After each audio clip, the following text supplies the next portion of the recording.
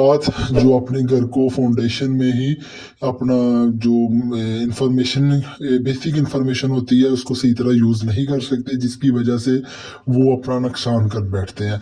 Foundation में आपकी सबसे बेहतर जो आपकी अपॉर्चुनिटी है कि आपकी ज़मीन सॉइल के लूज है या सख्त है। अगर वो कुछ हजरात होते हैं कि नरम सॉइल के ऊपर ही जो नरम मिट्टी होती है, कमज़ोर मिट्टी होती है, उसके ऊपर ही 6 इंची या 9 इंची वो डगिंग करके उसके ऊपर ही उसके पाँव रख देते हैं, जिसकी वजह से घरों के अंदर क्रैक आना शुरू हो जाते हैं। ये बहुत ही गलत टिप्स होते हैं और ठेकेदारों को पता नहीं होता कि घर को किस तरह मजबूत किया जाता है। तो आप जैसा कि फाउंडेशन वीडियो के अंदर देख रहे हैं, फाउंडेशन को कम से कम आपने 2 से 2.5 फीट तक लेके जाना है। अगर सख्त सॉइल, अगर आपकी कमज़ोर सॉइल है तो आपने कम से कम 3 से 3.5 फीट तक आपने खुदाई लाजमी करनी है। जितनी आप फाउंडेशन की बुनियादों को मजबूत करेंगे उतना आपका स्ट्रक्चर मजबूत रहेगा, क्रैक नहीं आएंगे और आपकी बचत होगी। तो जैसा जैसा कि आपकी फाउंडेशन की एक्सक्यूशन हो जानी है तो आपने लेन जो आपका इसके अंदर बजट डालते हैं या रोड़ी डालते हैं 6 इंची या 9 इंची, उससे पहले आपने टर्माइट प्रूफिंग की स्प्रे करवानी है। ये पूरा 5 मरला और 10 मरला घर के ऊपर आपका तकरीबन 7 से 8 हज़ार रुपये खर्चा आएगा 10 मरला के ऊपर, और 5 मरला के ऊपर आपका 5 हज़ार रुपये खर्चा आएगा।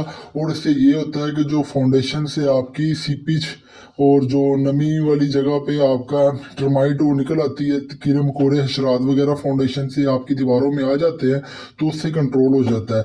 और सॉइल की स्पेसिफिकेशन की वजह से जो नीचे कीड़े मकोड़े हशरात वगैरह होते हैं मिट्टी के साथ, वो केमिकल रिएक्शन करती है और वो उनको ख़त्म कर देती है। तो आपने अपने घरों के अंदर एंटी टर्माइट स्प्रे लाजमी करवाना है, और ये मुख्तलिफ़ किस्म की मार्केट में आपको इजीली अवेलेबल हो जाता है। उसके बाद आपने जितनी भी आपकी फाउंडेशन होगी वहाँ पे आपने 9 इंची बजट डालना है 1:4:8 की रेशो से, जिसके अंदर 1 सीमेंट होगा, 4 रेत होगी और 8 आपका बजर होगा जो सब बेस मटेरियल के तौर पे होगा। अगर आपके पास सब बेस मटेरियल नहीं है तो आपने ब्रिक ब्लास्ट की रोड़ी को मिक्स करवा के डालना मशीन के अंदर। बहुत से हजरात ये गलती कर बैठते हैं कि बज्जर के बजाय वो अपना घरों के अंदर रोड़ी वगैरह ऊपर डाल देते हैं, उसके ऊपर फिर मसाला डाल देते हैं। इस तरह बॉन्ड नहीं बनता, ऊपर वाली सरफेस आपकी बॉन्ड में आ जाती है। जो एक्चुअल पोजीशन होती है नमी की वो फाउंडेशन से ही आपकी ऊपर आनी शुरू हो जाती है। जब आप अपनी फाउंडेशन को सिक्योर कर लेंगे तो आपका यही होगा कि आपने अपने घर को सिक्योर कर लिया, लाइफ टाइम इसके अंदर आपको कोई परेशानी नहीं आएगी। इससे आपकी जो बेस होगी वो भी मजबूत हो जाएगा और इसकी वजह से आपकी फाउंडेशन स्ट्रॉन्ग हो जाएगी। जब ये आपने डाल लेना है तो इसके ऊपर आपने मार्केट के अंदर प्लेट कंपैक्टर वाला आपसे 1500 या 2000 रुपया लेगा, वो पूरे घर की फाउंडेशन के अंदर बैलेंस कर देगा।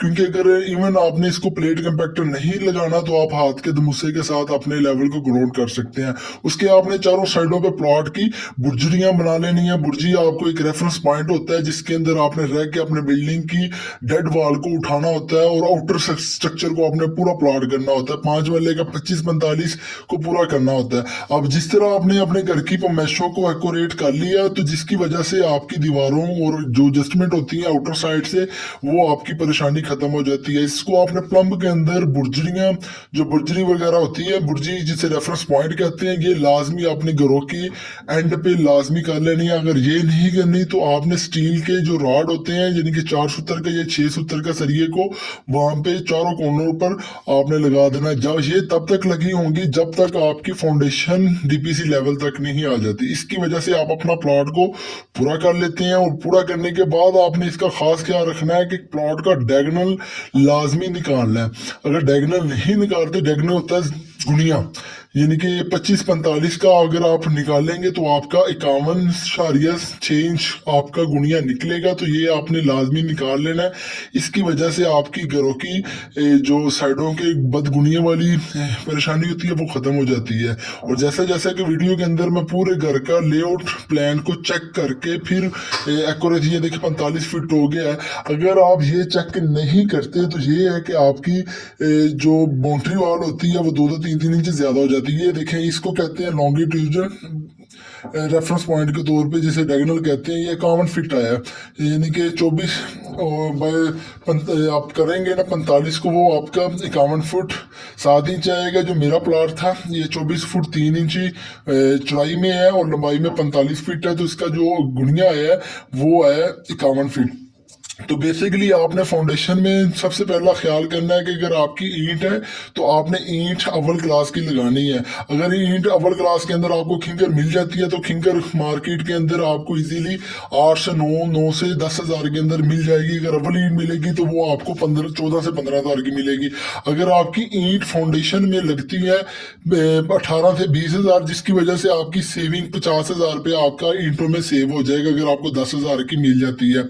तो ये आप इससे इस तरह के छोटे छोटे टिप्स से फाउंडेशन भी मजबूत हो जाएगी और अपने घर की बचत भी कर सकते हैं। जब आपने घरों के अंदर ब्रिक वर्क करना है, जैसे कि ये लेन मेरी होगी है कंक्रीट, उसके अंदर मिट्टी गिर जाती है, तो आपने सबसे पहले इसके ऊपर ही ब्रिक वर्क को स्टार्ट नहीं कराना, इसकी अच्छी तरीके के साथ क्लीनेस करनी है, सफाई करनी है। सफाई करके पानी के बाद जब साफ करके फिर आपने इसके ऊपर ब्रिक वर्क स्टार्ट करना है। सबसे पहले मैं अपना डेड वॉल का बैक साइड का ब्रिक वर्क स्टार्ट कर रहा हूँ। आउटर साइड की मैं ब्रिक वर्क करके अपनी फॉर्मेशन पूरी करूंगा। फिर इसके अंदर सेक्शन के अंदर ड्राइंग के हिसाब से, यानी कि सबसे पहला मेरा 27 का एक 2 रद्दे लगेंगे, उसके बाद 22 के लगेंगे, फिर उसके बाद 18 के लगेंगे, 18 के बाद 13 लगेगी फाउंडेशन से बाहर की तरफ, फिर उसके बाद 9 आएगी मेरी, जो मेरी अपना डीपीसी लेवल तक आएगी। ये मेरी डेड वॉल है। बहुत से हजरात गलती कर बैठते हैं कि अपनी दीवारों को वो सबसे पहले अपना 18 का लगाते हैं, फिर 13 का लगाते हैं, फिर उसके ऊपर 9 उठा लेते हैं। ये नहीं करना आपने। जो दो सेक्शन को हमेशा फाउंडेशन डेड वॉल देखेंगे, डेड वॉल के अंदर की तरफ आएंगे जो इसके खसके होते हैं, तो डेड वॉल को आपने जितनी भी आपकी वर्किंग होगी तो वो आपने 28, जो 27, फिर 22, फिर 18, फिर 13 इंची, फिर उसके बाद 9 इंची को डायरेक्ट आप डीपीसी लेवल तक आएंगे, रो लेवल से ऊपर जहां तक आपने डीपीसी डालनी हुई।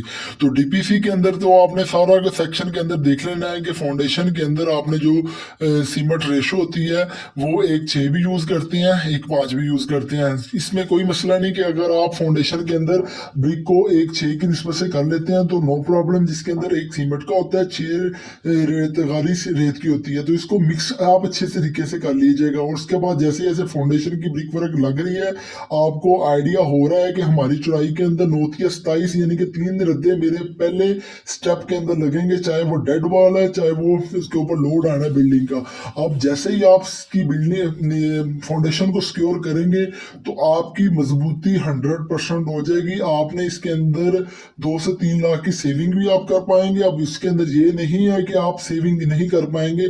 अब जिस तरह मैं ये कर रहा हूँ कि मेरा बुनियादों के अंदर 1:5 की सीमेंट की रेशो के साथ मैं ये मटेरियल लगवा रहा हूँ, तो इसकी मिक्सिंग को मैंने जो कल्टियां देनी है ये मैंने 3 दफा देनी है। 3 दफा दे के फिर उसको मैं मिक्स अपना पानी इसके अंदर डाल दूंगा। कुछ हजरात जो होते हैं ठेकेदार, उन्होंने ठेका लिया होता है, वो एक कल्टी देते हैं। जब मिक्सिंग आप मटेरियल के अच्छे तरीके के साथ नहीं करवाएंगे, चाहे वो 1:4 का या 1:3 का मसाला लगाएंगे, उसकी मजबूती नहीं आएगी। और सेकंड ऑप्शन है कि आपने जब ब्रिक वर्क मुकम्मल हो जाना है तो उसके हर रोज आपने ब्रिक वर्क की क्यूरिंग करनी है। क्यूरिंग प्रोसेस गर्मियों में आपका 3 टाइम और सर्दियों में आपने सुबह और शाम को लाजमी क्यूरिंग करनी है। उसको ऊपर ये है कि मसाला के अंदर जो मॉइस्चर होता है वो उसको खुश्क ना हो पाए, इस वजह से हम क्यूरिंग करते हैं। और जैसे जैसे आपका स्टेप बाहर आ जाएंगे डेड वाइड, उसके साथ साथ आपने मिट्टी लगानी है, क्योंकि अगर आप मिट्टी नहीं लगाएंगे उसके ऊपर लेबर वगैरह चलती है, जिसकी वजह से जो सेटलमेंट के चांसेस होते हैं, ब्रिक वर्क नीचे से अगर आउट हो जाए तो उसके ऊपर ही लोग मिस्त्री वजन उसके ऊपर लगाना शुरू कर देते हैं, जिसकी वजह से आपकी क्रैक आने के खदशात जो होते हैं वो उसमें इजाफा हो जाता है। जैसे जैसे ये मेरी फाउंडेशन बाहर निकल रही है, इसके साथ ही 1.5 फीट मैंने मिट्टी साइडों पे लगा दी है, जिसके इसके एक प्लेटफॉर्म आ जाएगा, मटेरियल इजीली हो जाएगा। उसके बाद आपको अपनी एक्टिविटी की अंदाजा हो जाएगा कि मेरी एक्टिविटी किस लेवल तक होगी। उसके बाद आपने क्यूरिंग का खास ख्याल रखना है कि हर रोज की एक्टिविटी जो आपकी कल की मौजूदा हो गई है तो उसके ऊपर आपने पानी लगा के उसके बाद आपने इसके ऊपर अगली एक्टिविटी को स्टार्ट करना है। तो इसमें आपको ये बताता हूँ कि आपकी जो फाउंडेशन में जो ब्रिक लगेगी 5 मरला घर के ऊपर, अगर इतनी डोन है, जिस इस घर के ऊपर मेरी 22,000 ईंट लगी है डीपीसी लेवल तक, यानी कि रोड लेवल से मेरा जो लेवल है 1 फीट गराज का ऊपर है, गराज से 1 फीट मेरा अंदर का जो सेक्शन टीवी लॉन्च का सेक्शन आउट है, यानी कि इसके ऊपर मेरी आउटर साइड पे डबल डीपीसी है और इनर साइड पर मेरी एक डीपीसी है, जिसे गराज के लेवल पे ही आएगी। आउटर साइड पे मेरी 2 डबल डीपीसी आएगी। इसी तरह अपने घर के सेक्शन को अच्छे तरीके से सिक्योर कर लेना है। जैसे जैसा इसकी आपने मिट्टी की साइड अंदर प्लॉट की भराई करानी है, तो आपने ये साइडों पे टो वॉल लगा लेनी है सपोर्टिंग वॉल के तौर पे। जितनी आप दीवारों के साइडों पे मजबूत दीवार खड़ी करेंगे, तो उससे ये होगा कि जो हजरात मिट्टी वगैरह डालेंगे, तो उससे ये है कि बुनियादों को कोई मसला नहीं होगा। तो मैं आपको यही सजेस्ट करूंगा कि अगर आपने गसू वगैरह डलवाना है, मिट्टी नहीं डलवानी, तो आपने एक्सीवेटर के साथ ही मिट्टी डलवानी है। उससे ये है कि आपका जो खर्चा है वो भी बचत आ जाएगी। जो मेरा स्क्वायर के ऊपर गसू की डलवाया था, जो मैंने एक्सीवेटर के साथ, ये मैंने 70,000 रुपया मेरा इसके ऊपर खर्चा आया था, और इसी वजह से इसका लेवल भी हो गया और 2 घंटे के अंदर वो गसूडो वाला एक्सीवेटर के साथ डाल के चला गया। इससे ये है कि मेरी जो फाउंडेशन के अंदर दीवारें टिल्ट हो जाती है, थेट्रा बिल्ट हो जाती है, उसकी परेशानी से मैं बच गया हूँ। और जैसे जैसा इसकी जब मैं लेवल वगैरह करूंगा, दृश्य वगैरह करूंगा, जब फ्यूचर में मैंने इसके ऊपर डीपीसी का वर्क स्टार्ट करना है, उसकी भी वीडियो आपको लगा दूंगा। ये वो स्टेप हैं जिसकी वजह से आप अपनी घर की फाउंडेशन को मजबूत कर सकते हैं। अगर दीवार इधर आपकी क्रैक आ गया, तो जिसकी वजह से आप ऊपर वाली दीवार उसकी ऊपर ही लगा देनी है। तो ये आपने खास ख्याल रखना है कि जब मिट्टी आपने भराई करानी है, तो मिट्टी को आपने